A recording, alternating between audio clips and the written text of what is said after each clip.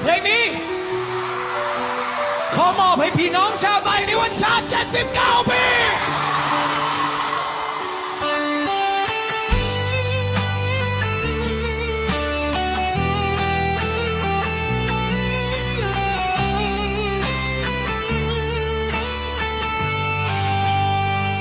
7 กุมภาวันมาอีกครา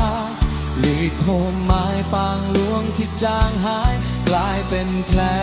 ที่จดจำไม่มีวันลืม79 ปีด้านพอหรือยังที่น้ำตาจะเหือดแห้ง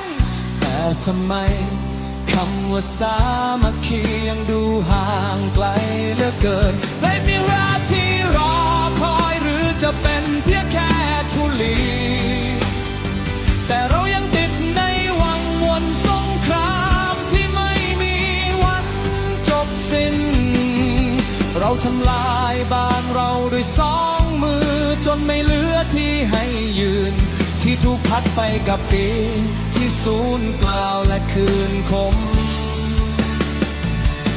คนอื่นเขาเดินไปข้างหน้าแต่เรากลับถอยหลังชนกำแพงไม่ใช่เพราะศัตรูแกร่งแต่เพราะเรากำมัดใส่กันเองเลือดสายเดียวกันแท้ๆกลับกลายเป็นเครื่องเดิมพันความแค้นหรือต้องให้ตายกันหมดเมืองถึงจะยอมวางที่ที่ลง79 ปีที่ผ่านไปมันสูญเปล่าใช่ไหมในวันที่ไตยังแยกฝักแยกฝ่ายเงาของความฝันยังคงร้อนแรมอยู่กลางทางลูกก็รันคืออะไรลูกหลานรอถึงมาพร้อมกับคำถามที่ไร้คำตอบคำว่าชาติจะมีความหมา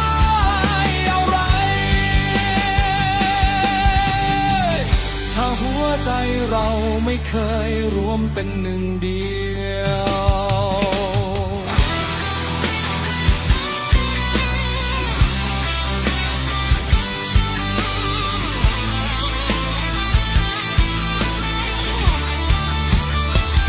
มองดูเมืองอื่น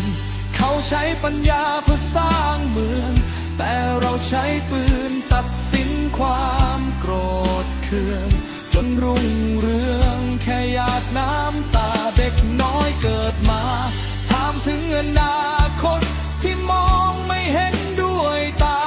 เขาจะอยู่เพื่อสู้รบหรือจะหนีไปเป็นแรงงานต่างแดนพอได้แล้วความแค้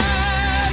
พอได้แล้วการแบ่งแยกหากแผ่นดินมันต้องแตกก็เพราะแรงกระแทกจากมือพวกเราเองประวัติศาสตร์ไม่ใช่แค่เรื่องเล่าแต่มันคือบทเรียนที่ต้องจำถ้า79 ปีมันยังไม่ตาจะรอให้ถึง100 ปีแห่งความช้ำหรือไงตื่นเถิดคนไตก่อนที่เชื่อเราจะหายไปจากแผนที่โลก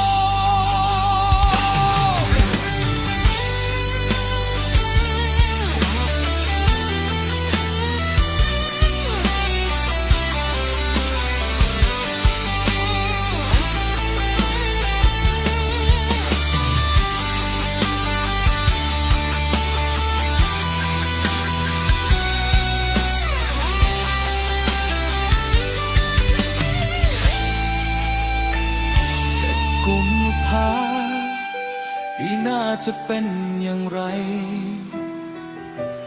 อิสรภาพที่ฝันไว้หรือจะเป็นแค่ฝันสลายที่วนลูปไปอีกปี